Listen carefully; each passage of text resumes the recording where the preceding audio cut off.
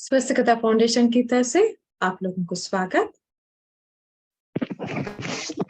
आज this week new topic is thyroid and thyroid related diseases. Thyroid हमको पता है ना, it is a very very nowadays common है। इसके बारे में जानेंगे। पूरा 6 डेज हम थायराइड के डिसीज के ऊपर ही चर्चा करेंगे। एक एक दिन एक एक टॉपिक के ऊपर चर्चा करेंगे। आज introduction of the thyroid disease होता है और next tomorrow will be the Sanjay sir will take the class on homeopathy medicines, how to cure the thyroid by using homeopathy medicines। और बुधवार हिमीशा मैम होम रेमेडीज के बारे में बताएंगे और किस तरह से होम रेमेडी से यूज करके थायराइड को हम कंट्रोल कर सकते हैं, उसके बारे में हिमीशा मैम बताएंगे। उसके साथ साथ फूड डाइट किस तरह से लेना है थायराइड प्रॉब्लम को मैं बता दूंगी। और नेक्स्ट राकेश सिन्हा सर है मैजिकल स्विच वर्ड्स, किस तरह से मैजिकल स्विच वर्ड्स यूज करके हमारा थायराइड डिसीज को कंट्रोल करना है, उसके बारे में भी डिटेल बता देंगे। और नेक्स्ट यानी कि शुक्रवार रेगुलर सुजो आक्यूप्रेशर के बारे में मैं बता दूंगी, 1 पॉइंट थेरेपी के बारे में। और कलर थेरेपी में हमारे साथ रूबी मैम है। कलर थेरेपी के बारे में डिटेल में रूबी मैम जानकारी देंगे। और संडे को दीपक सर जो थायराइड के डिसीज को किस तरह से कंट्रोल करना है आयुर्वेदिक की तरफ से मेडिटेशन की यूज करके, उसके बारे में और दीपक सर हमें डिटेल में बता देंगे। पूरा सप्ताह इसी के ऊपर यानी कि थायराइड डिसीज के ऊपर ही चर्चा होगा। ठीक है, अभी स्टार्ट करेंगे। आपको ये रिकॉर्डेड वीडियो साइट में अवेलेबल होगा। जो भी ग्रुप में है आप उस ग्रुप में ज्वाइन कीजिए, उसमें आपको मिल जाएगा जो साइट को जाने के लिए एक लिंक मिल जाएगा। उसे क्लिक करके आपको साइट पे जाना है और कौन से टॉपिक को आपको चाहिए यानी कर दिया था ना, कौन कौन सा टॉपिक कवर किया है बताइए।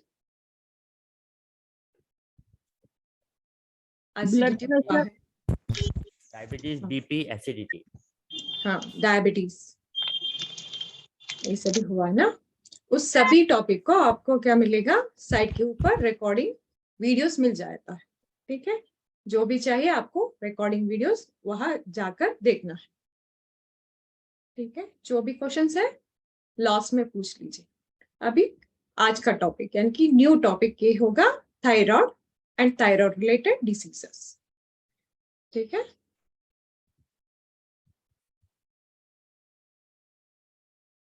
थायराइड क्या है? Actually thyroid is the largest endocrine gland in our body. Endocrine glands बहुत सारे हुए, उसमें लार्जेस्ट एंडोक्राइन ग्लैंड थायराइड को ही कहलाते हैं। It is situated in front of the trachea just below the larynx. वो कहाँ होता है? वो हमारे ट्रेकिया के नीचे होता है और लाइन से बिलो द लैरिंक्स रहता है। Nowadays it is normal to have thyroid related diseases. आजकल थायराइड रिलेटेड प्रॉब्लम्स कॉमन हो गया है।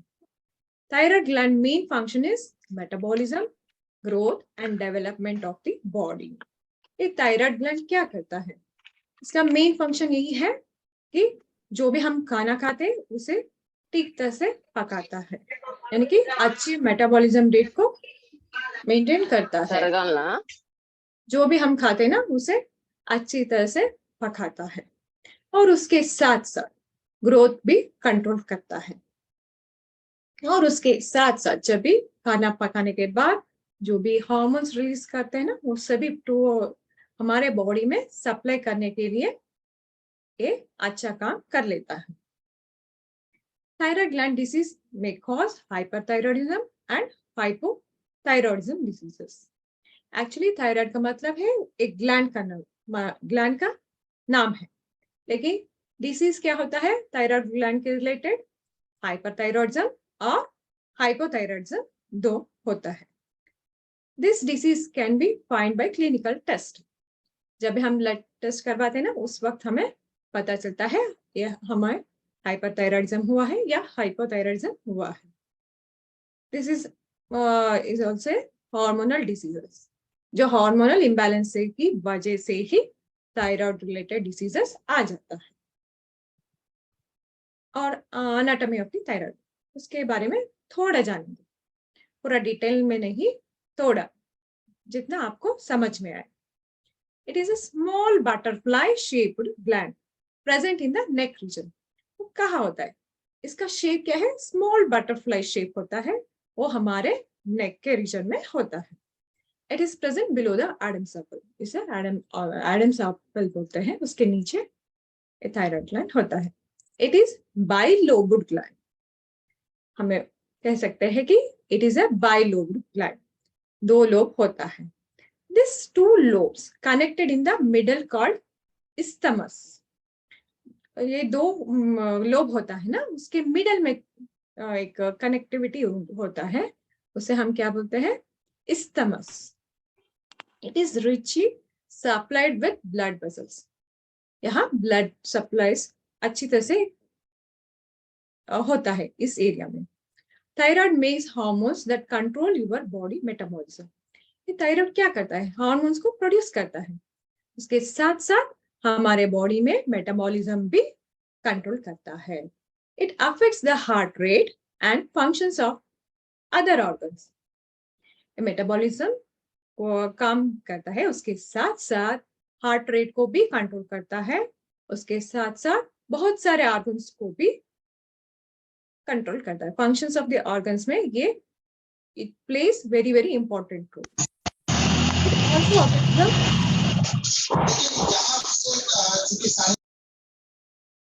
It also affects the bone, muscles and menstrual cycles. बस इतना ही नहीं, वो ठीक तरह से काम किया तो कोई प्रॉब्लम नहीं। अगर इसके काम में जो इम्बैलेंस हो गया, उस वक्त it will affect the bone health and muscles health and also menstrual cycle का जो भी प्रॉब्लम्स अगर हो सकता है। ये हार्ट रेट को कंट्रोल करता है, मेटाबॉलिज्म को कंट्रोल करता है और हार्मोन्स को प्रोड्यूस करता है, उसके साथ बोन हेल्थ को भी अच्छा कंट्रोल कर लेता है, मसल हेल्थ, और उसके साथ साथ मेंस्ट्रुअल साइकिल का भी जो साइकिल होता है ना, उसका ठीक ठाक हो जाए, इसका ख्याल थायराइड ग्लैंड रख लेता है। देखिए यहाँ इस पिक्चर में आप देख सकते हैं, ये लैरिंक्स है, इसके नीचे आप देख सकते हैं ये थायराइड ग्लैंड है। इट इज बटरफ्लाई शेप्ड, आपको दिखाई दे रहा है ना, एक बटरफ्लाई शेप में होता है, एक छोटा होता है। देखिए यहाँ isthmus होता है, ठीक है, ट्रेकी के ऊपर और लैरिंक्स के नीचे। मिडिल में कौन क्या होता है? थायराइड ग्लैंड होता है।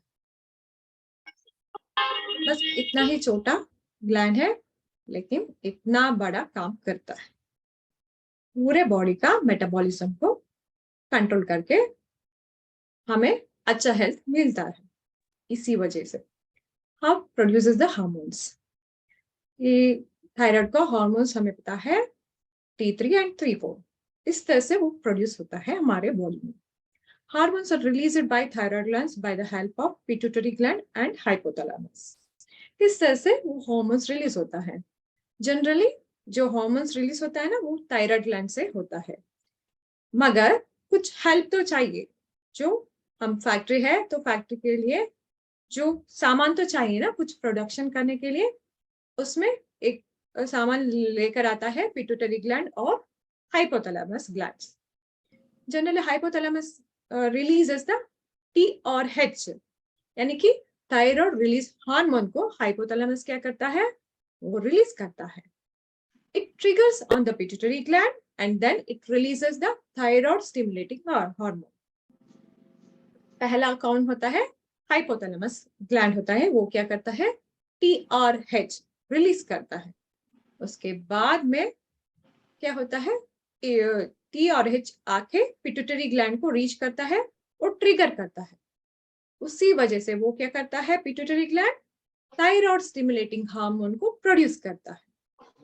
Then it triggers the thyroid gland and release the own hormones, that is T3, T4, and one more is that is calcitonin. पता चल गया ना. पहला हाइपोथैलेमस ग्लैंड होता है, वो ट्रिगर रिलीज करता है कौन सा हार्मोन, थायराइड रिलीज हार्मोन. उसके बाद वो ट्रिगर करता है पिट्यूटरी ग्लैंड को. उस वक्त पिट्यूटरी ग्लैंड कौन सा हार्मोन रिलीज करता है, थायराइड स्टिमुलेटिंग हार्मोन यानी कि TSH. उसके बाद it will triggers to the thyroid gland. उस वक्त अपना थायराइड ग्लैंड अपना ही ओन हार्मोन्स को प्रोड्यूस करता है. वो 3 तरह के हार्मोन्स होता है, T3, T4 and calcitonin. T3 का मतलब है ट्राई आयोडो थायरोनिन और T4 का मतलब T4 का नाम क्या है, thyroxine.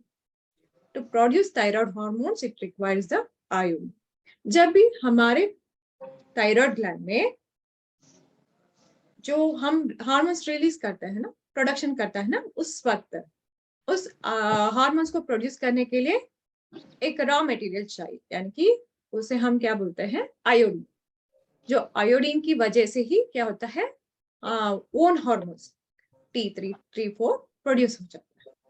Iodine, where we get the iodine? Iodine we get from our food.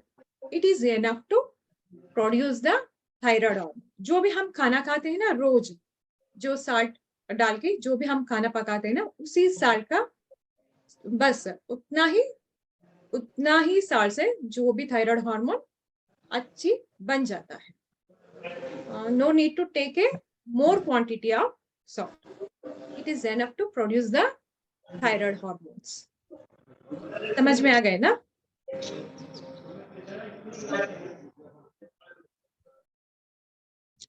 अब इस पिक्चर से आप देख सकते हैं, देखिए यहाँ हाइपोथैलेमस है. हाइपोथैलेमस क्या करता है, TRH प्रोड्यूस करता है. TRH का मतलब क्या है, थायराइड रिलीज हार्मोन.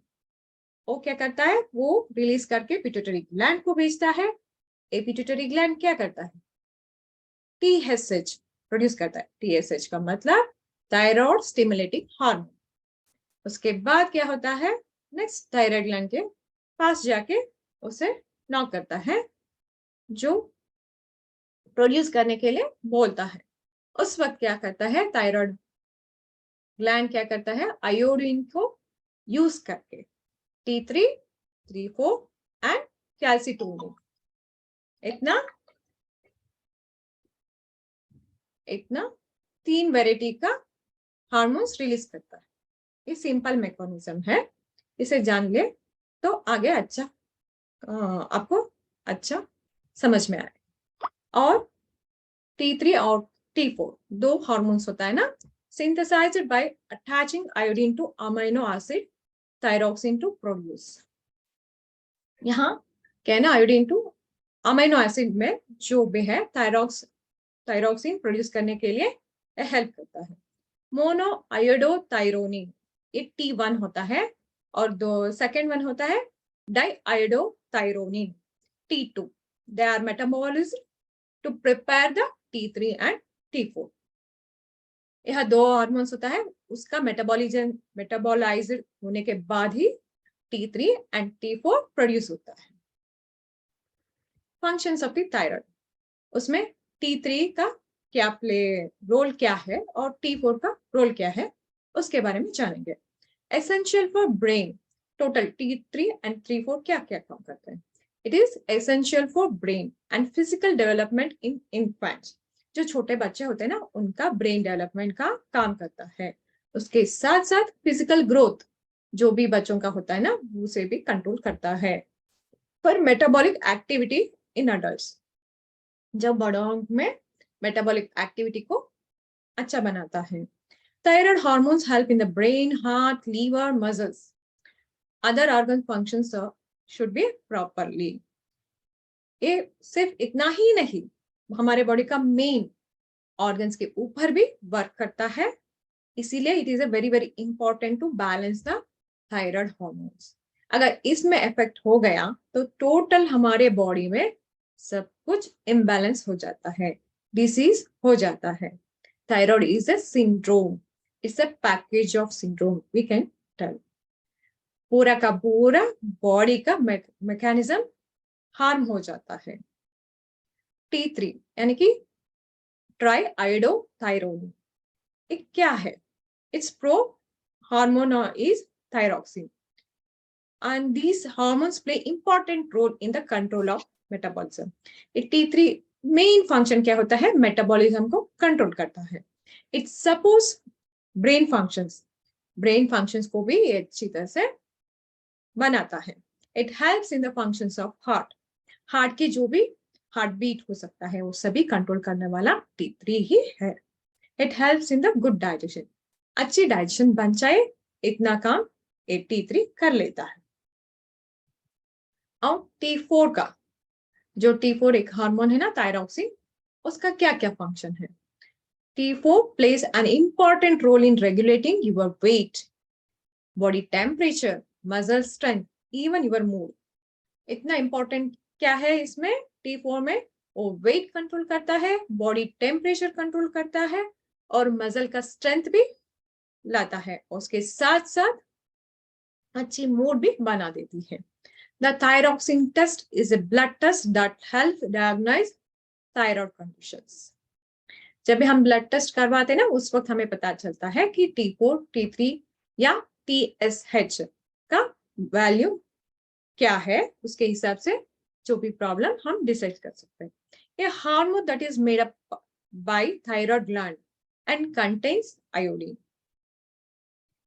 मैंने बता दिया ना, जो भी हार्मोन्स प्रोडक्शन के लिए हमें iodine is very very essential. It's major role in body weight, heart rate, body temperature maintain, mood of the person, growth, metabolism, digestion and bone health. देखिए T4 का इतना पूरा काम करता है हमारे बॉडी में। that is the reason T4 is a very very important for our body functions.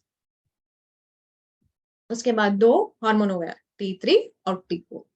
अभी कैल्सिटोनिन फंक्शंस, तीसरा वाला calcitonin. It contributes to bone health by helping calcium to be incorporated into bone.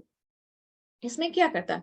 हमें नाम से तो पता चलता है कैल्सिटोनिन यानी कि कैल्शियम के रिलेटेड जो थोड़ा रिलेटेड जो भी डिसीज है कैल्शियम मेंटेन करने के लिए ये हेल्प कर लेता है।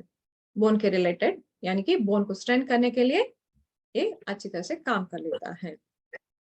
इट इज हाइपो कैल्सियमिक हार्मोन यानी कि कैल्शियम को बैलेंस करने का एक हार्मोन होता है। कैल्सिटोनिन इज ए पेप्टाइड है produced by the parafollicular C cells of the thyroid gland. ये इसे कहाँ प्रोड्यूस होता है? हमारे थायराइड ग्लैंड में पैराफोलिकल सी सेल से ये कैल्सिटोनिन प्रोड्यूस होता है। It decreases the serum calcium level, जो हमारे बॉडी में जितना कैल्शियम होना जरूरी है ना, अगर ज्यादा बढ़ गया है तो ये कैल्सिटोनिन क्या करता है? हमारे ब्लड में या प्लाज्मा में कंट्रोल करता है। So it regulates the plasma calcium concentration. According to calcium increases the plasma, the calcitonin will be increases.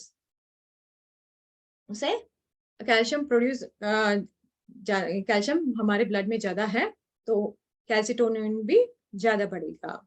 It decreases the phosphate level and also it इससे कैल्सिटोनिन से क्या होगा? फॉस्फेट का लेवल भी कम हो जाएगा। Both will be decreased by acting on bone and kidney. ये दोनों क्या काम करता है? यानी कि फॉस्फेट और कैल्शियम एक्ट्स ऑन बोन और कैल्शियम यानी कि किडनी के ऊपर वर्क करता है। In bone it inhibit osteoplastic activity, it resolves the bone reabsorption. Osteoplastic activity होता है ना बोन में, जब भी ज्यादा बढ़ जाता है ना उसे कंट्रोल करना का काम कर लेता है और रीअब्जॉर्प्शन को भी क्लियर कर लेता है। It inhibits the action with the inhibits the reabsorption of calcium phosphate in the kidney. जब भी जितना ज्यादा वो पेनिट्रेट नहीं कर पाता किडनी के लिए जितना होना चाहिए उतना हमारे बॉडी में भी रिस्टोर करता है। इसी वजह से किडनी को और एक बार फिल्टर करने का काम कम करता है, so that maintain the level of calcium and phosphate will be normal in the blood. इस तरह से वो क्या करता है, हमारे बॉडी में कैल्शियम को कंट्रोल करता है।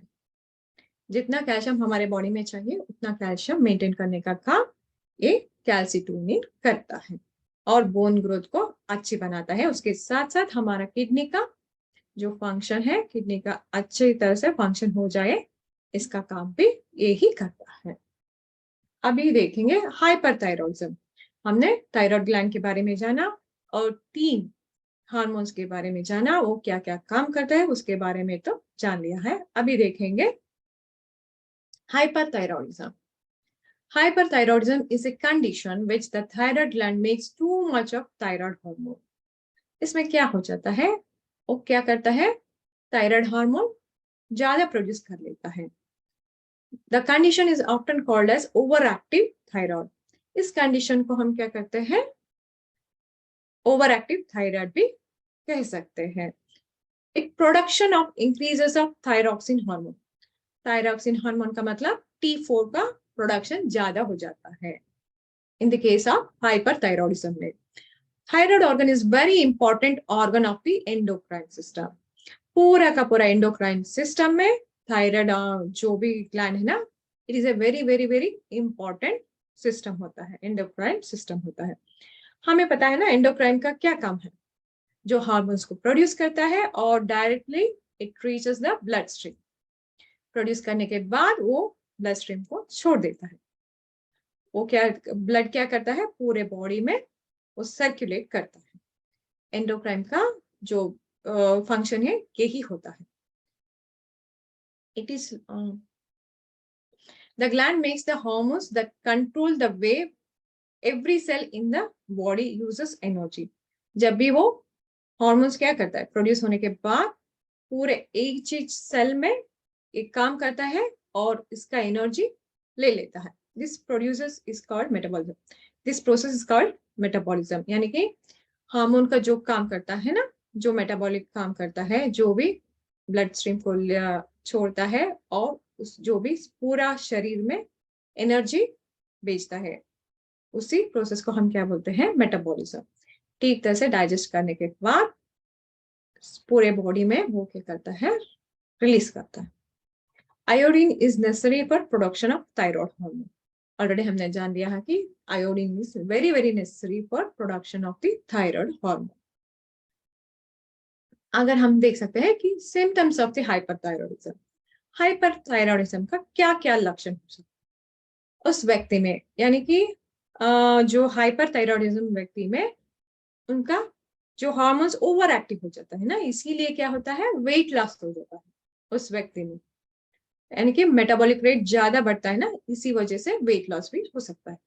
एक्सेसिव स्वेटिंग और टेम्परेचर में भी गड़बड़ आ जाता है, इसी वजह से एक्सेसिव स्वेटिंग हो जाता है। इरेगुलर हार्ट बीट, हमने जान लिया ना, ये सभी थायराइड हार्मोन हार्ट के ऊपर भी वर्क करेगा, इसीलिए क्या हो जाता है, हार्ट बीट भी इरेगुलर हो जाता है। एक्सेसिव हंगर, उस व्यक्ति में यानी कि ओवर एक्टिव हो चुका है ना, इसी वजह से हंगर भी ज्यादा लगता है। उसके साथ साथ एक्सेसिव टायर्डनेस, जो भी रेगुलर होता है ना हमारे बॉडी में, वो सभी एक्सेस हो जाता है, इसीलिए एक्सेसिव स्वेटिंग होता है और मोर हार्ट बीट होता है, हंगर भी एक्सेसिव होता है, टायर्डनेस भी एक्सेसिव ही होता है। हार्ट इंटॉलरेंस, ये भी एक लक्षण हो जाता है। डिफिकल्टी इन कॉन्सेंट्रेशन, जो हाइपर एक्टिव होते हैं ना, वो कॉन्सेंट्रेशन करने में प्रॉब्लम हो जाता है। गॉइटर, एक गॉइटर की एक बीमारी भी आ सकता है। गॉइटर का मतलब है एनलार्ज थायराइड ग्लैंड, जो थायराइड ग्लैंड है वो एनलार्ज हो जाता है। और उस व्यक्ति में इरिटेबिलिटी, यानी कि उस व्यक्ति में कॉन्सेंट्रेशन कम है, पेशेंस कम है, जो भी हम बात करते हैं जल्दी वो इरिटेट हो जाते हैं। उनका हार्ट रेट भी ज्यादा बढ़ जाता है। इरेगुलर मेंस्ट्रुएशन, मैंने बता दिया कि ये मेंस्ट्रुएशन साइकिल के ऊपर भी एक्ट करेगा, इसीलिए जब भी हाइपर एक्टिव हो जाता है, इरेगुलर मेंस्ट्रुएशन भी हो जाता है। Short and light menstruation, menstruation में भी शॉर्ट पीरियड का भी हो सकता है, या थोड़ा हमें ब्लीडिंग जो भी है क्वांटिटी भी कम हो सकता है। और नर्वसनेस मैंने बताया ना, उस व्यक्ति में पेशेंस कम होता है, जो भी थोड़ा टेंशन से वो एंग्जाइटी हो जाता है और नर्वसनेस भी हो जाता है। फ्रीक्वेंट बोवल मूवमेंट, जब भी ओवर एक्टिव होता है उस वक्त क्या होता है, बोवल का मूवमेंट भी ज्यादा बढ़ जाता है। और उसके साथ साथ difficulty in falling sleep, over active है हमारा ब्रेन और नर्वस सिस्टम, क्या हो जाता है, अच्छी नींद नहीं आता है। और इंसोमिया, उसका रीजन क्या हो जाता है, इंसोमिया हो जाता है। Hyper activity become in nature, उनका जो भी काम करते हैं ना हाइपर एक्टिव ही रहता है। और उसके साथ साथ वीकनेस भी हो जाता है उस व्यक्ति में, ट्रेमर हो जाता है, यानी कि एनर्जी ज्यादा होता है ना, इसी वजह से क्या होता है, उस व्यक्ति में वीकनेस ज्यादा हो जाता है। और ट्रेमर भी हो जाता है, जो हाथ क्या होता है कांपना स्टार्ट हो जाता है, ट्रेमलिंग ऑफ हैंड, वो भी यही है। It increases the metabolic rate, मैंने ऑलरेडी बता दिया। और इनफर्टिलिटी, जो इरेगुलर मेंस्ट्रुएशन हो जाता है वो भी कॉज हो जाता है इनफर्टिलिटी। और उसके साथ साथ hair loss, puffy eyes, vomiting, जो भी है वो कंडीशन क्या हो जाता है, ओवर एक्टिव हो जाता है। जो भी रेगुलर हमारा लाइफस्टाइल में जो जो साइकिल होता है उससे भी ओवरलोड हो जाता है, यानी कि ओवर एक्टिव हो जाता है।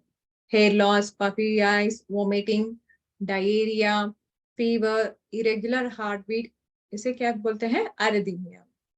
और मसल पेन भी ज्यादा हो सकता है। ये सभी सिम्टम्स हाइपरथायरॉयडिज्म में हम देख सकते हैं।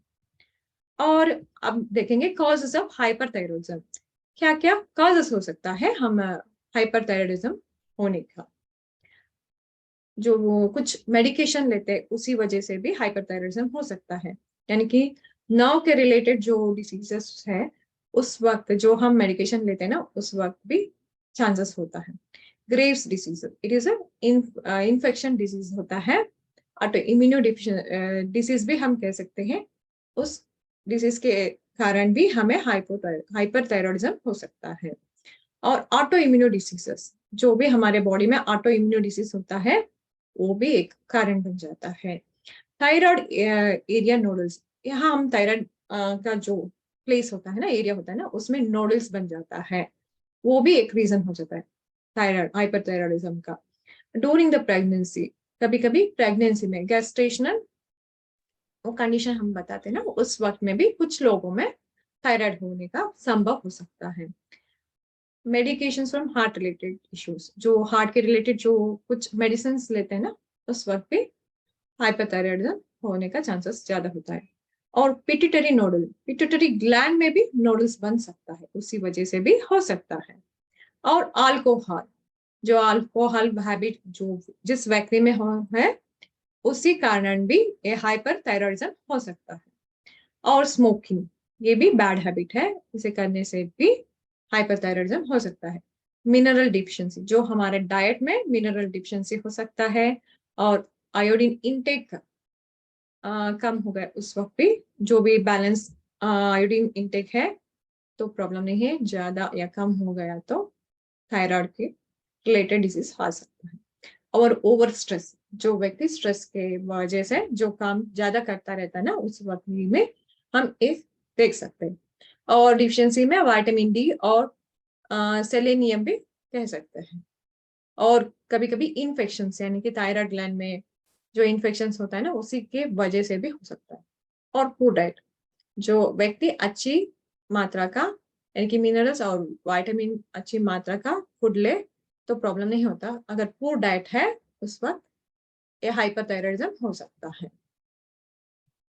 अगर हम ठीक समय में ठीक तरह से हम ट्रीटमेंट ना दिया तो पॉसिबल कॉम्प्लिकेशन क्या क्या हो सकता है। Heart problem such as fast heart rate हो सकता है, abdominal heart rhythm and heart failure भी हो सकता है।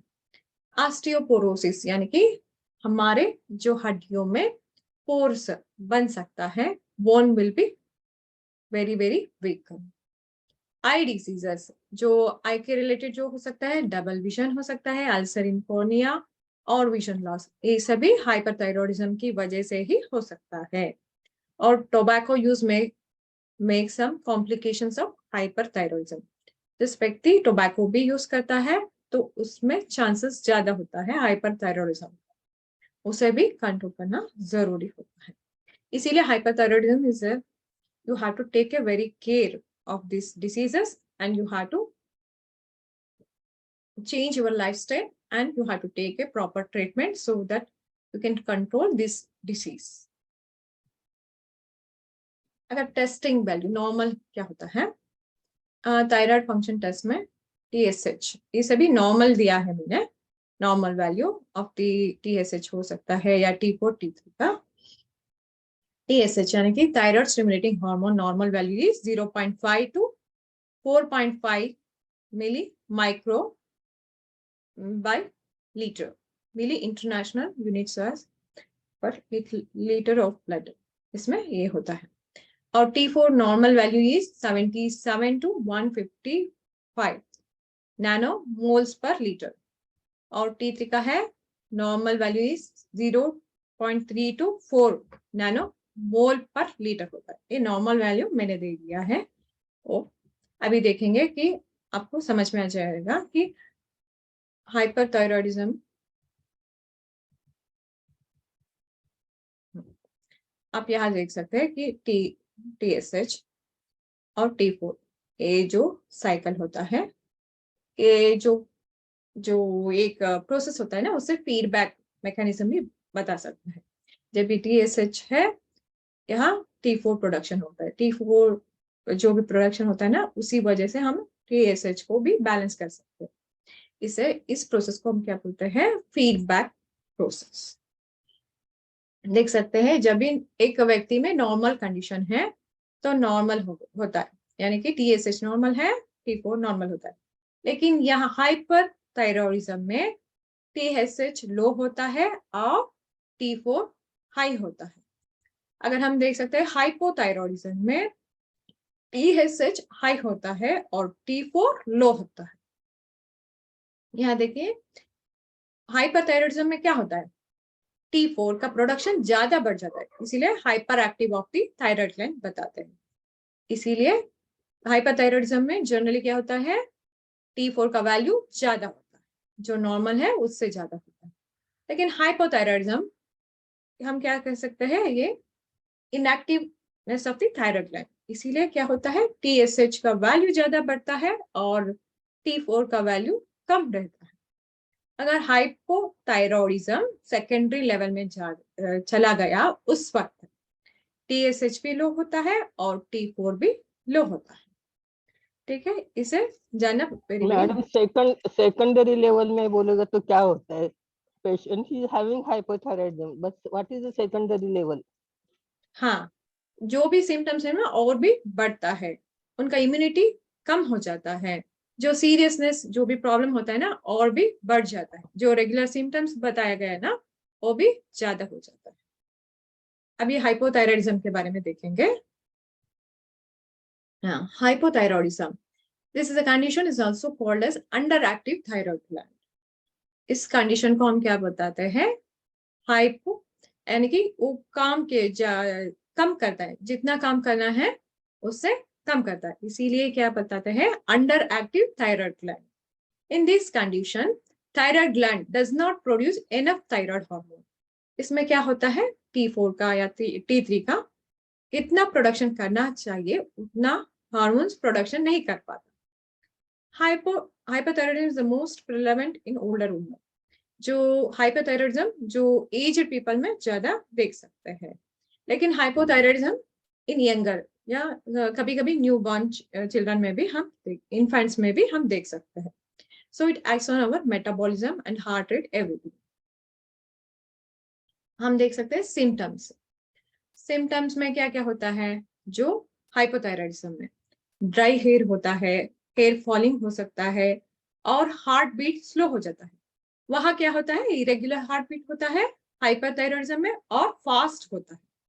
यहाँ एनर्जी कम है, सब कुछ डिफिशियंसी, इस तरह से हम जान सकते हैं। हार्ट बीट स्लो होता है और can not tolerate cold temperature. जब भी थोड़ा ठंडी में हम चले गए उस वक्त हमें क्या होगा, ज्यादा ठंड लगेगा, हमें कोल्ड पसंद ही नहीं होता है, क्योंकि टेम्परेचर का जो बैलेंस रखना है वो भी गड़बड़ हो जाता है। इसीलिए थोड़ा ठंडी में हम जा गए उस वक्त में हमें ठंड ज्यादा लगता है, और उस व्यक्ति में ड्राई स्किन हो जाता है और ब्रिटल नेल्स होता है, यानी कि कैल्शियम की कमी भी होता है, जो कैल्शियम मेटाबॉलिज्म में भी गड़बड़ आ जाता है, जो हमारे हेयर्स के लिए, नेल्स के लिए जो जरूरी होता है। ड्राई स्किन होता है, ड्राई हेयर होता है और ड्राई नेल्स भी हो जाता है। सेक्सुअल डिसफंक्शन भी हो सकता है, और इरेगुलर यूट्रिन ब्लीडिंग, जब भी हमारे बॉडी में एनर्जी कम होता है तो क्या होगा, इरेगुलर यूट्रिन ब्लीडिंग, यानी कि इरेगुलर मेंस्ट्रुअल साइकिल भी हो जाता है और ब्लीडिंग में कमी भी आ जाता है, वो रेगुलर नहीं होता, जितना होना चाहिए उतना नहीं होता। और स्लगिशनेस, यानी कि हमें कुछ भी काम करने के लिए इंटरेस्ट ही नहीं होता है, हमें ऐसा लगता है कि हमें बैठे रहे, इस तरह से हमारा माइंडसेट हो जाता है। और वेट गेन, जो हम इतना काम करना है उतना काम नहीं कर पाते, जो इस प्रॉब्लम से ऑटोमेटिकली क्या होता है, वेट गेन होता है। और जब भी हाइपर है उस वक्त क्या होता है, ओवर एक्टिव होता है, जो डाइजेशन जो भी है ओवर एक्टिव हो जाता है, इसीलिए वेट लॉस होता है। या हाइपोथायराइड में जो भी है मेटाबॉलिक रेट कम हो जाने के वजह से आपका वेट भी बढ़ जाता है। और इरिटेबिलिटी, ये रेगुलर है, इसमें भी इरिटेबिलिटी फील होता है, क्योंकि उस व्यक्ति में क्या होता है, एनर्जी कम होता है ना, इसीलिए उस व्यक्ति का नेचर इरिटेबिलिटी हो जाता है। और टायर्डनेस, एनर्जी कम हो जाता है ना, जब भी एनर्जी ही ठीक तरह से सप्लाई नहीं हो पाता हमारे बॉडी में, टायर्डनेस ऑटोमेटिकली बन जाता है। और पफी फेस, हम देख सकते हैं कुछ हाइपोथायराइडिज्म पेशेंट में पफी फेस हो जाता है, क्योंकि सर्कुलेशन इतना अच्छा नहीं हो पाता। और हार्श वॉइस, उनका वॉइस भी चेंज हो जाता है। स्पेलिंग अराउंड द आईज, कुछ लोगों में ये भी देख सकते हैं कि आई के सराउंडिंग में स्वेलिंग आ जाता है, ये आंखों के ऊपर भी एक्ट करता है, और वहां भी अच्छा सर्कुलेशन नहीं हो पाता। इस सभी रीजन से जो सिम्टम्स हम कह सकते हैं। और सोर मसल पेन, बहुत ही मसल पेन होता है रेगुलरली, उस व्यक्ति में मसल पेन ज्यादा होता है। और भी सिम्टम्स होता है हाइपोथायराइडिज्म में, मूड चेंजेस होता है, memory will be poor and feel cold, मैंने बता दिया ना, जल्दी ठंडा हो जाता है। और कॉन्स्टिपेशन, यानी कि बोवल मूवमेंट में कमी आ जाता है, इसीलिए कॉन्स्टिपेशन होता है। हाइपर में क्या होता है, बोवल मूवमेंट ज्यादा होता है, इसीलिए वह डिसेंट्री या डायरिया हो जाता है, लेकिन हाइपो में कॉन्स्टिपेशन हो जाता है। और हाई कोलेस्ट्रॉल, यानी कि जो भी ऑर्गन्स हमने ऑलरेडी देखा ना, डाइजेशन के ऊपर वर्क करता है, लीवर, सभी डाइजेस्टिव ऑर्गन के ऊपर वर्क करता है, इसीलिए क्या होता है, ठीक तरह से मेटाबॉलिज्म ना हो तो क्या होगा, लीवर अच्छी काम नहीं कर पाती, उस वक्त हमारे बॉडी में हाई कोलेस्ट्रॉल हो जाता है। और गॉइटर, ऑलरेडी बता दिया ना, spelling of the thyroid gland का, वो भी आ सकता है। हाशिमोटो थायराइड थायरोडाइटिस, ये भी एक सिम्टम है, यानी कि डिजीज है, ये भी एक सिम्टम है थायराइड का, थायराइड आ गया है, ये भी एक सिम्टम्स होता है। और डिप्रेशन, उस व्यक्ति में डिप्रेशन होता है, जो एक्टिवनेस नहीं होता, जो भी एनर्जी नहीं होता, जो काम करना था उतना काम वो नहीं कर पाता, उसका मसल वीकनेस होता है, ये सभी रीजन से उस व्यक्ति का डिप्रेशन चला जाता है। ये सभी सिम्टम्स है। और काजेस देखेंगे, क्यों किस वजह से हमें हाइपोथायराइड हो गया है। हेरिडिटी डिसऑर्डर्स हो सकता है, स्ट्रेस और स्ट्रेन भी हो सकता है, रॉन्ग डाइट, सभी में ये तो कॉमन होगा कि रॉन्ग डाइट लेने से जो भी डिजीज होता है ना, आ जाता है। रॉन्ग लाइफस्टाइल हो सकता है, और यहाँ भी अल्कोहल और स्मोकिंग कॉमन है। और पिट्यूटरी ग्लैंड फेलियर भी कभी कभी हो सकता है, उसी वजह से भी थायराइड ग्लैंड अच्छी तरह से काम नहीं कर पाता। कुछ व्यक्ति में, लेडीज में ड्यूरिंग प्रेगनेंसी ये आ जाता है। और लो क्वांटिटी ऑफ आयोडीन, जो व्यक्ति आयोडीन कम लेता है ना, उसमें क्या होता है, थायरॉक्सिन यानी कि T4 अच्छी मात्रा में बन नहीं पाता। हमें T4 बनाने के लिए iodine is very very important, T3 और T4 बनाने के लिए। अगर आयोडीन की कमी हो गई तो क्या होगा, T3 और T4 बन नहीं पाएगा, इसी वजह से ये प्रॉब्लम आ सकता है। तो ये थायराइड क्या है?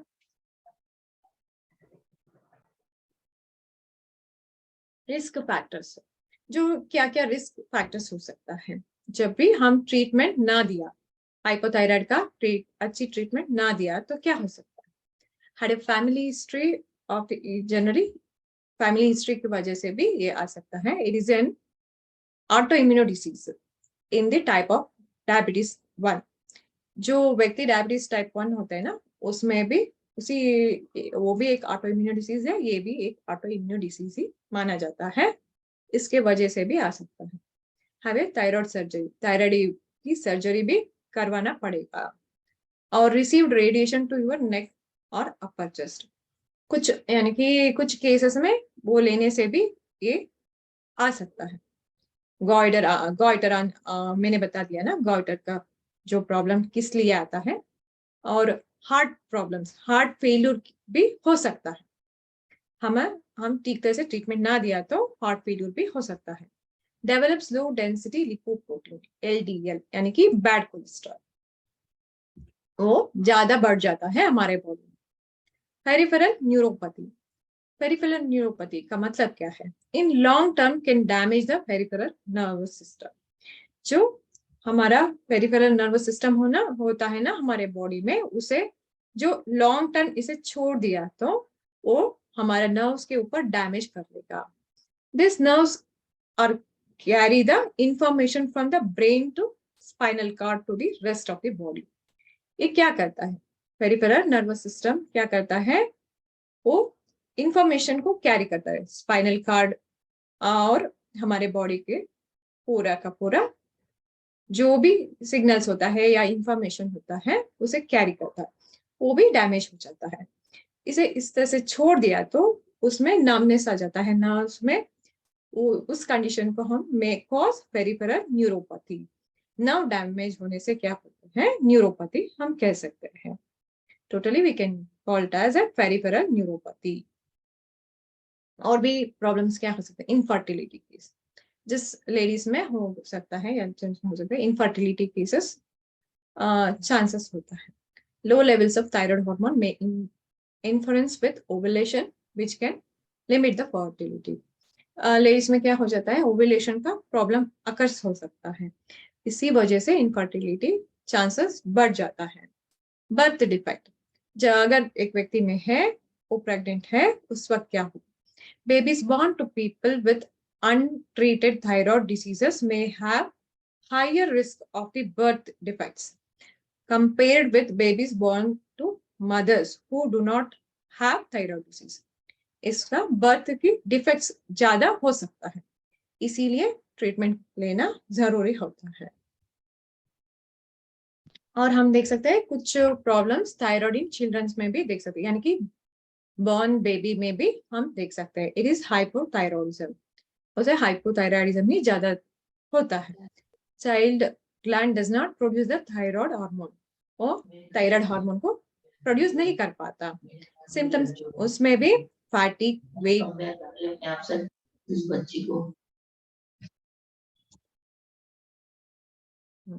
और कॉन्स्टिपेशन हो सकता है, डिक्रीज्ड ग्रोथ। इसी वजह से हम चिल्ड्रंस को जो भी है हम देख सकते हैं, चिल्ड्रंस का प्रॉब्लम्स है हम कंसिडर कर सकते हैं। ठीक है, ये सभी थायराइड यानी कि हाइपरथायरॉइडिज्म और हाइपोथायरॉइडिज्म के बारे में इंट्रोडक्शन हो गया। अभी मुद्रा थेरेपी के बारे में थोड़ा स्पीड करूंगी। ओके, पोर्शंस कवर करना है। जो हमें पता है मुद्रा थेरेपी का जो है हमारे 5 उंगली में 5 तत्व होता है। ये फायर है, ये एयर होता है, ये आकाश तत्व होता है, ये पृथ्वी तत्व होता है, और ये वाटर यानी कि जल तत्व होता है। इसे हमें एक सर्किट बना के इसे हम मुद्रा बनाते हैं। ठीक है, इतना मुद्रा करने से हाइपरथायरॉइडिज्म हमें कंट्रोल कर सकते हैं। ज्ञान मुद्रा, पृथ्वी मुद्रा, गरुड़ मुद्रा, अपान वायु मुद्रा, और अपान मुद्रा, शंख मुद्रा, योनि मुद्रा और प्राण मुद्रा, ये दोनों के लिए भी काम आती है, हाइपो और हाइपर। ठीक है, ज्ञान मुद्रा किस तरह से बनाते हैं, और हम जो थंब और इंडेक्स फिंगर को टच करके ज्ञान मुद्रा बनाते हैं। सभी मुद्रा 10 to 15 मिनट्स तक आप बना सकते हैं और ज्यादा भी कर सकते हैं। सुबह, दोपहर और शाम को आप 10 मिनट्स करके डिवाइड भी कर सकते हैं। जिस व्यक्ति के सिम्टम के हिसाब से इस मुद्रा को लगाना जरूरी होता है।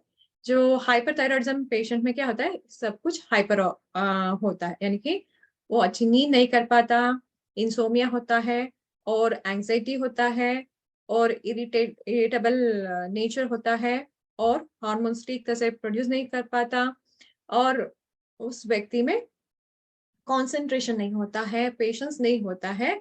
उस व्यक्ति ज्ञान मुद्रा करने से, दिन में हाफ एन आवर करने से क्या होगा, उसे कंट्रोल कर सकता है, अच्छी नींद भी करवा सकता है। ठीक है, और पृथ्वी मुद्रा, ये पृथ्वी मुद्रा किस तरह से बनाते हैं हम, थंब और रिंग फिंगर को टच करें। ये क्या करता है, हमारे इम्यूनिटी बढ़ाता है। ये भी 10 to 30 मिनट्स आप कर सकते हैं। ठीक है, और इसे करने के बाद हम थाई के ऊपर रखना है और take a deep breath in and breathe out. इसके साथ साथ आपको क्या करना है, ब्रीथ वॉच भी करना है। इससे क्या होगा, आपका रिजल्ट और भी अच्छा हो जाएगा। It helps in decrease the fever, good relief in rickets and mouth ulcers, helps in the joints pain and constipation में भी अच्छा रिजल्ट आ जाता है, और decrease the pitta dosha. It helps in the 5 senses of functions and also it maintain the body weight। और skin के related और hair के रिलेटेड जो भी इश्यूज होता है उसे कंट्रोल करता है। हमें पता है कि हाइपो में स्किन और हेयर के रिलेटेड ड्राई स्किन हो जाता है हाइपो में, और मैडम हेयर कौन लॉस सा दोनों फिंगर में है भी होता पृथ्वी में, पृथ्वी मुद्रा में कौन सा फिंगर अटैच करने का है? रिंग फिंगर और थंब। रिंग, अच्छा, okay, thank you. Ring finger और थंब टच करना। हमारे हेयर के, स्किन के रिलेटेड और ब्लड के रिलेटेड और बोन के रिलेटेड और इम्यूनिटी के रिलेटेड जो भी प्रॉब्लम्स होता है उसे, और वेट के रिलेटेड जो भी प्रॉब्लम्स होता है उसे कंट्रोल करता है ये पृथ्वी मुद्रा।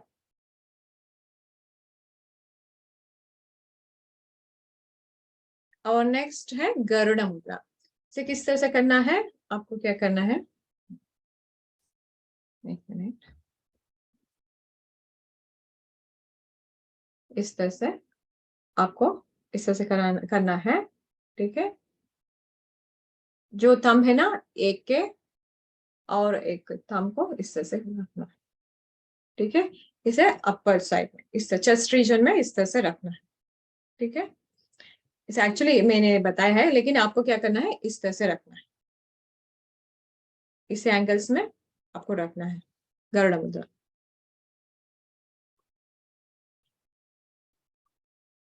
और मैम दिस मुद्रा वी कैन, थंब को अंदर की तरफ की एक दूसरे, कैसे समझ नहीं आया, थंब कैसे? इस तरह से लॉक करना है। ये आपको दिखा रही हूँ किस तरह से लगा करना है, लेकिन आपको करने के बाद इस तरह से आपको इस तरह से रखना है। ठीक है, उसमें थायराइड में अच्छा रिजल्ट आता है। दिस मुद्रा we can place in the middle abdomen area, do the deep breathing and exercise, the same in the chest area also, it helps in the good digestion। इसे करने से क्या होगा, डाइजेशन, जो मेटाबॉलिक का रेट इम्बैलेंस होता है ना, उसे कंट्रोल करता है। हम चेस्ट एरिया में रखने से भी अच्छा रिजल्ट मिलता है। ब्रीथिंग एक्सरसाइज करने से जो थायराइड का, यानी कि upper portion of the body में जो भी प्रॉब्लम है, यानी कि थायराइड प्रॉब्लम यहाँ नेक के रीजन में आता है ना, वहां इस तरह से रखने से क्या होगा, थायराइड का फंक्शन अच्छा बन जाएगा, थायराइड ग्लैंड का फंक्शन अच्छा बन जाएगा। It helps in the good digestion. अगर आप अब्डोमेन रीजन में रखते हैं तो उस वक्त आपको क्या होगा, डाइजेशन अच्छा बन जाएगा। ठीक है, it give good circulation on both sides of the body. यहाँ सर्कुलेशन का प्रॉब्लम हो जाता है हाइपर में और हाइपो में, ये क्या करता है, कंट्रोल करता है। Good in I site improvement, I site का इंप्रूवमेंट भी करता है, क्योर द कॉन्स्टिपेशन करता है, इट गिव्स क्लियर माइंड करता है, टायर्डनेस विल बी रिड्यूस। जो व्यक्ति बहुत ही टायर्डनेस फील होता रहता है ना, वो भी डिक्रीज हो जाता है। दिस मुद्रा should not perform in high BP and low BP patient. जो भी हाई बीपी या लो बीपी पेशेंट होते हैं ना, वो उसे नहीं करना है। मूड स्विंग्स भी ये कंट्रोल करता है और अच्छी तरह से पेन किलर भी है। और नेक्स्ट है शंख मुद्रा। शंख मुद्रा किस तरह से लगाते हैं, देखिए इस तरह से हमें थंब को यहाँ रखना है, ठीक है, और इसे क्लोज करना है और इसे और पीछे इस तरह से रखना है। इस शंख की आकार में आपको दिखाई देता है, इस तरह से शंख मुद्रा करना है। ड्यूरेशन ये भी 10 to 15 मिनट्स तक कर लेना है। इसे करने से क्या होगा, 72,000 नॉडीज आर क्लेंस थ्रू दिस मुद्रा। जिस थायराइड में क्या होता है, बहुत सारे एनर्जी ड्रॉन होता है, कभी ज्यादा होता है, कभी कम हो जाता है, उसे क्या करता है, कंट्रोल करता है शंख मुद्रा। It reduces the dust energy को भी रिड्यूस करता है, और टॉन्सिलाइटिस का जो भी प्रॉब्लम है वो उस वक्त भी अच्छा रिजल्ट मिलता है। Any voice related issues are remove. हमने जान लिया ना, हाइपोथायरॉयडिज्म में वॉइस भी चेंज होता है, इसे भी ये कंट्रोल करता है। It is good in hyperthyroid problem. Hyperthyroid problem में भी ये हेल्प करता है और हाइपोथायरॉयड में भी ये हेल्प करता है। It promotes the function of the kidney. It promotes a good digestion. In the case of stammering also, stammering आ सकता है उस व्यक्ति में भी ये अच्छा काम करेगा। और काम डाउन द माइंड।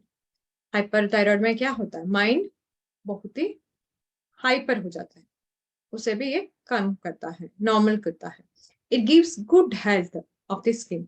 हमें पता है कि स्किन का हेल्थ भी गड़बड़ आ जाता है, उस वक्त स्किन का हेल्थ को भी ये अच्छे काम करता है, मेंटेन करता है। और voice become more soft and sweet.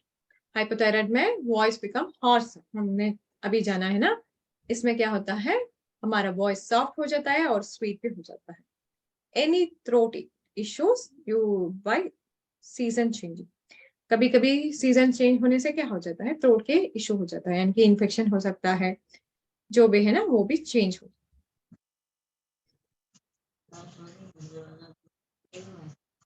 और नेक्स्ट है अपान मुद्रा।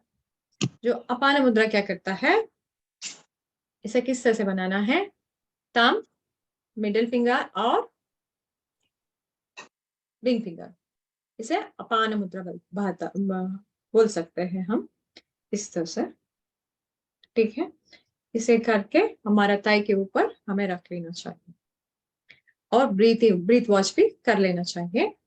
जब भी हम आंखें बंद करके करते हैं ना, इसका जो भी है रिजल्ट अच्छा आ जाता है और भी ज्यादा रिजल्ट आ जाता है। इसीलिए आंखें बंद करके करने से अच्छा फायदा मिलता है।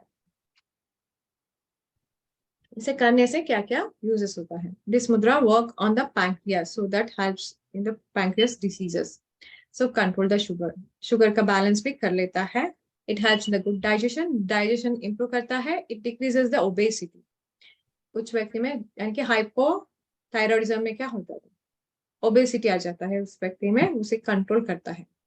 It removes the constipation. Hypothyroidism में कॉन्स्टिपेशन भी नॉर्मल है, उसे भी वो कंट्रोल करता है। इट रिमूव्स द पाइल्स, यानी कि कॉन्स्टिपेशन से, एक्सेस हीट से जो पाइल्स आता है उसे भी ये कंट्रोल करता है। It helps the urine discharge. हमारे बॉडी में यूरिन ठीक तरह से बाहर नहीं जा रहा है, उस वक्त भी ये काम करता है। It removes the urine from our body and also stools. It give good teeth health and also it will balance the calcium metabolism. हमने देखा है कि थायराइड की जो प्रॉब्लम है उसमें कैल्शियम मेटाबॉलिज्म भी डिस्टर्ब हो जाता है, उस वक्त हमारा बोन का हेल्थ भी प्रॉब्लम में पड़ जाता है। उस वक्त हमें अपान मुद्रा करने से कैल्शियम का मेटाबॉलिज्म भी कंट्रोल ला सकते हैं। इसकी वजह से टीथ भी अच्छा होगा और बोन हेल्थ भी अच्छा हो जाता है। It removes the stomach pain, जो डाइजेशन के रिलेटेड जो भी प्रॉब्लम्स है उसे क्लियर कर देता है। It removes toxins in your body. हमारे बॉडी में जो भी टॉक्सिन्स है उसे भी बाहर निकाल देता है। It removes the problems of mouth, ear, eyes and nose. जो हमारे बॉडी में जो माउथ का प्रॉब्लम हो सकता है, ईयर का प्रॉब्लम हो सकता है, आईज का प्रॉब्लम हो सकता है, नोज का प्रॉब्लम हो सकता है, उस सभी को वो बाहर निकाल देता है. It is a combination of fire, Akasha and Prithvi Tattva. So it removes our body urine, stool and sweat completely. Pregnant women should not be perform this mudra. एक contraindication है, जो pregnant women होते हैं ना, वो इस मुद्रा को नहीं करना चाहिए. इसे करने से जो बेबी का बर्थ होता है ना, उसमें गड़बड़ आ सकता है. मैम, इफ थायराइड पर्सन को, अगर किसी नॉर्मल पर्सन अगर ये करेंगे मुद्रा, तो उनको ये इफेक्ट प्रॉफिट मिलेगा? हाँ, जरूर मिलेगा. ये सभी Okay. इसीलिए बता रही हूँ, ज्यादा है, लेकिन हाइपोथायराइड में तो 2 या 3 बता देती. लेकिन आपको मुद्रा के बारे में जानना है, और नॉर्मल कोई भी कर सकते हैं ना, इसी वजह से सब कुछ डिटेल में बता रहे हैं. जिस Okay, व्यक्ति thank you. का नॉर्मल कॉन्स्टिपेशन प्रॉब्लम है वो भी कर सकता है. जो Okay. कैल्शियम डिफिशिएंसी है नॉर्मल पर्सन का, वो भी कर सकता है. जो नी पेन का जो प्रॉब्लम है, उस व्यक्ति में कैल्शियम डिफिशिएंसी है, वो भी कर सकता है. Mhm. और कॉन्स्टिपेशन हो सकता है, या स्टूल ठीक तरह से पास नहीं होता है, वो व्यक्ति भी कर सकता है. यूरिन रिटेंशन हो सकता है कुछ वजह से, वो भी ठीक हो जाता है. ये सभी प्रॉब्लम है. जिस व्यक्ति का एसिडिटी है, वो व्यक्ति खाना खाने के बाद इस मुद्रा को 2 से 3 या 5 मिनट्स करने से क्या हो जाता है, वो अच्छी डाइजेस्ट हो जाता है, खाना अच्छी तरह से पच जाता है. इसीलिए Thank you. अपाना मुद्रा is very very important. Mhm.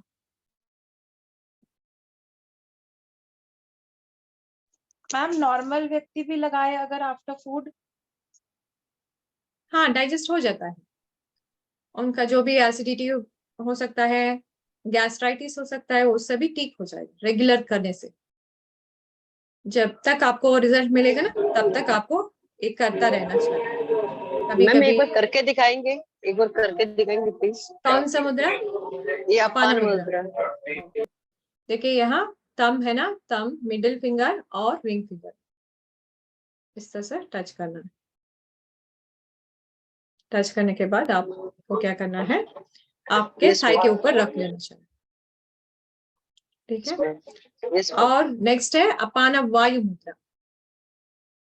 ठीक है. अपाना वायु मुद्रा में, अपाना मुद्रा के साथ साथ वायु मुद्रा भी हम करेंगे. It is also very very important for the maintaining of the heart health. जो देखिए यहाँ वायु मुद्रा हम जनरली करते हैं ना, थंब के नीचे वायु तत्व लगाते हैं. और अभी अपान मुद्रा करना है. हम क्या करते थे, थंब के टच करेंगे ना, मिडिल फिंगर और रिंग फिंगर, वो इसी तरह से करेंगे. इसे हम क्या कहते हैं, अपान वायु मुद्रा. यानी कि वायु तत्व को कम करेंगे थंब के नीचे रख के, और थंब को मिडिल फिंगर और रिंग फिंगर को टच करना. इसे अपान वायु मुद्रा कहते हैं. It is very very important, very very good for the heart related issues.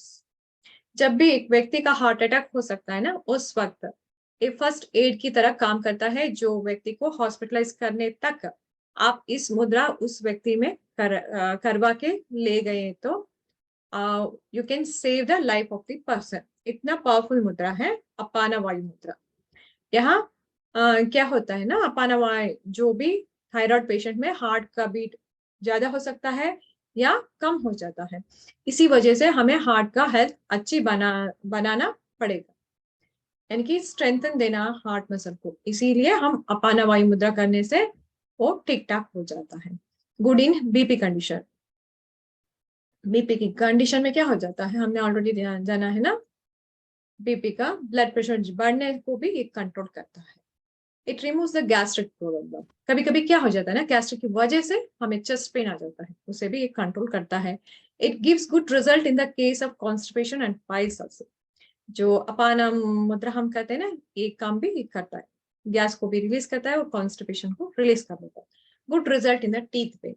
Teeth pain है उस वक्त आप ये मुद्रा कर सकते हैं. When you climbing a step, perform this mudra so that strain should not you can feel while climb the hills or steps. जब भी हम steps यानी कि चढ़ते हैं ना सीढ़ियां, उस वक्त हम इस मुद्रा ढालने के बाद हम सीढ़ी चढ़ते हैं ना, उस वक्त हमें थकावट की महसूस नहीं होता है. अभी ट्राई कीजिए, जब भी आप सीढ़ी क्लाइंब करते हैं ना, उस वक्त इस मुद्रा ढालने के बाद क्लाइंब कीजिए, आपको पता चलता है वो स्ट्रेन नहीं होता, जो सर्कुलेशन अच्छा बना देता है, हार्ट और हमारे पूरे बॉडी का सर्कुलेशन अच्छा बना देता है और अच्छे रिजल्ट भी आ जाता है। Good result in the migraine headache. इसे माइग्रेन हेडेक में भी यूज कर सकते हैं, अच्छा रिजल्ट मिल जाता है। It decrease the sweat in the palm and legs. जो कुछ व्यक्ति में हमने ऑलरेडी देखा ना, हाइपर थायराइडिज्म में पाम में और लेग में स्वेट ज्यादा हो सकता है, उसे भी ये कंट्रोल करता है। और योनि मुद्रा, it is very very important in the ladies case. यानी कि हमने ऑलरेडी जाना है कि थायराइड की वजह से, थायराइड हार्मोन्स की वजह से इरेगुलर मेंस्ट्रुएशन हो सकता है, पीरियड्स इरेगुलर हो जाता है और जो ब्लीडिंग भी इरेगुलर हो सकता है। इसीलिए ये योनि मुद्रा पावरफुल होता है उसे कंट्रोल करने के लिए। आप क्या कर सकते हैं, इसे इंटरलॉक करना है 3 फिंगर, और जो इंडेक्स फिंगर है वो इंडेक्स फिंगर को टच करना है और थंब है उसे थंब को टच करना है। इस तरह के करने के बाद जो है ना, थंब रीजन को हमें अपना नेवल रीजन के ऊपर टच करना है। फिर से बता देती हूँ, अब you have to interlock with 3 fingers and this is index finger, touch the index finger of both hands and touch the both thumbs, and you can keep it in the navel region. Thumb should be touched in the navel region. This is do for the 30 to 45 minutes. You take it 3 break ले सकते हैं, सुबह, दोपहर और शाम। ये करने से यूट्रस को जो भी रिलेटेड, यूट्रस के जो भी रिलेटेड प्रॉब्लम्स होता है ना, वाइट डिस्चार्ज उसे स्टॉप करता है, और फाइब्रॉइड्स यानी कि यूट्रस के रिलेटेड जो जो प्रॉब्लम्स होता है ना, fibroids, PCOD, PCOS, polycystic ovarian cyst और यूट्रस प्रोलैप्स, ओवर ब्लीडिंग और endometriosis, proper menstrual cycle, during periods may have stomach pain, during the menopause related issues, improve the good digestion and good lungs function. ये सभी काम एक योनि मुद्रा ही कर लेता है, ठीक है। इसीलिए ये वेरी वेरी इंपॉर्टेंट रोल करता है। एक बार फिर से मैम एक बताएंगे? बार दोबारा बताएंगे ये मुद्रा करके? ठीक है, देखिए ये 3 फिंगर यानी कि लिटिल फिंगर और रिंग फिंगर और मिडिल फिंगर, 3 फिंगर को आपको क्रॉस करना है, ठीक है। 2 इंडेक्स फिंगर को टच करना है और Okay. 2 थंब को टच करना है। देखिए इस देखो, ओके, अभी समझ में आ गया ना, इस तरह से।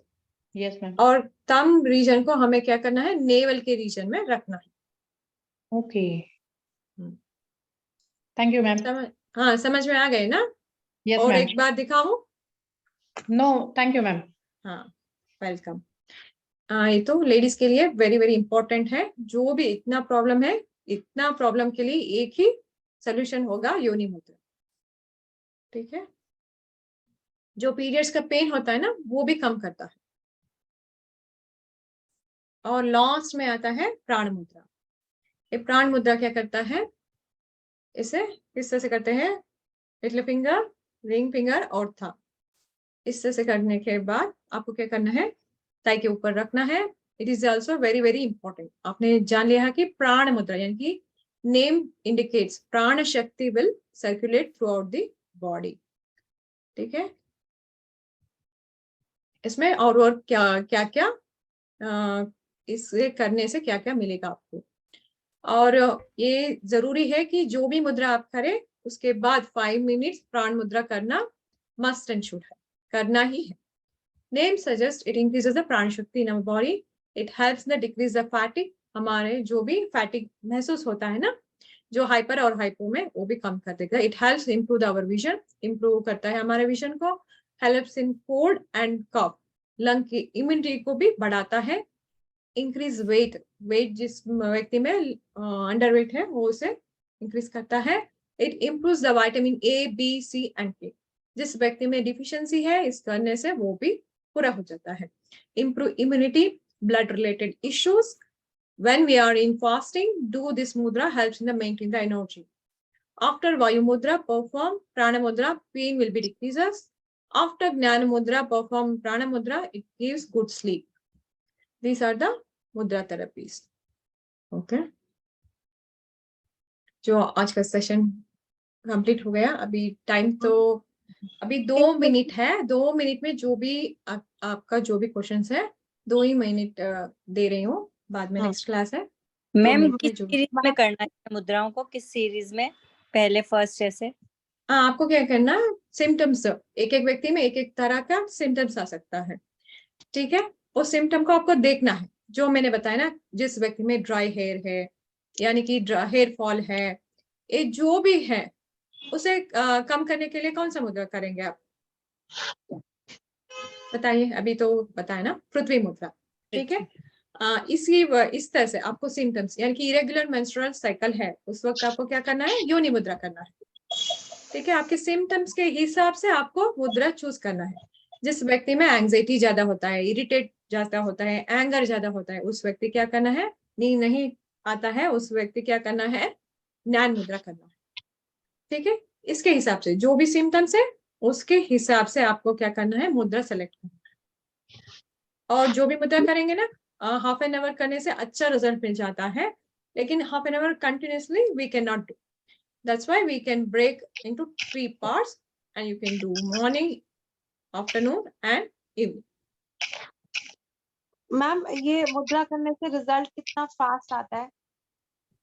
कभी कुछ मुद्रा से instantly you can get the result, कभी कभी देर लगता है, लेकिन आपको देखना है कि रूट कॉज कहाँ से आ रहा है। मैंने बताया ना, कॉजेस सभी, आपको रूट कॉज सभी देखने के बाद आपको पता चलता है। कभी कभी 1 मंथ में यानी कि 15 डेज में मिल सकता है, कभी कभी 1 डे। जब भी हम हमारा माउथ सूख जाता है ना, मैं सपोज मैं जस्ट पर I am giving the example that's, हमारा माउथ सूख हो जाता है ना, सूखता है, तो उस वक्त हम वर्ण मुद्रा करेंगे। विद इन 5 मिनट्स आपको रिजल्ट मिल जाता है। You can try today, with in 5 minutes you can get the result. अगर व्यक्ति का डिजीनेस आ गया, शून्य मुद्रा कीजिए, वो 5 मिनट्स में उठता है। जो भी फेंट होके गिर जाता है ना, 5 मिनट्स में उठ जाता है। ये सभी इसी तरह है। थोड़ा कुछ mudras fastly you can get it, but some mudras will take time. The how the disease from it may be chronic or acute. According to that, mudra will give the result. Ma'am कोई भी मुद्रा करने के बाद प्राण मुद्रा करना कंपलसरी है, और कितने मिनट तक? हाँ, वो तो कंपलसरी है। जितना आप जो भी करेंगे ना मुद्रा, उसका इफेक्ट बढ़ाता है प्राण मुद्रा। कंपलसरी 5 मिनट्स कर लेना चाहिए। जो भी करते हैं ना वो इतना ही ठीक ठाक होगा, लेकिन प्राण मुद्रा करने से 5 मिनट्स एक्सेस उनका एनर्जी बढ़ जाता है और भी एनहेंस हो जाता है, इसीलिए Thank you. प्राण मुद्रा करना जरूरी होता है। Thank you. मैम शून्य मुद्रा कैसे लगाते हैं? तो इस तरह से मिडिल फिंगर को थंब के नीचे लगाना है और उसके बाद थंब इस तरह से लगाना। इस तरह से फास्ट में भी रिजल्ट मिलता है आपको। जब भी पीरियड्स में पेन है, उस वक्त योनि मुद्रा करने से 10 मिनट से 15 मिनट्स में आपका पेन भी कम हो जाता है। पीरियड्स का पेन इस तरह से काम करता है। लेकिन जिस व्यक्ति का प्रॉब्लम सीवियर है तो time will take more, it will take more time. It is acute है, it will cure within 2 or 3 days itself. Depend upon the problem. ठीक है, अभी तो टाइम हो गया। जो भी आपको डाउट है तो आप क्या कर सकते हैं, ग्रुप में आप जो भी मैसेज है, डाउट्स है, पूछ सकते हैं। Weight loss, thank you everyone. Weight loss weight loss के लिए सूर्य मुद्रा लगाना है। Thank you everyone.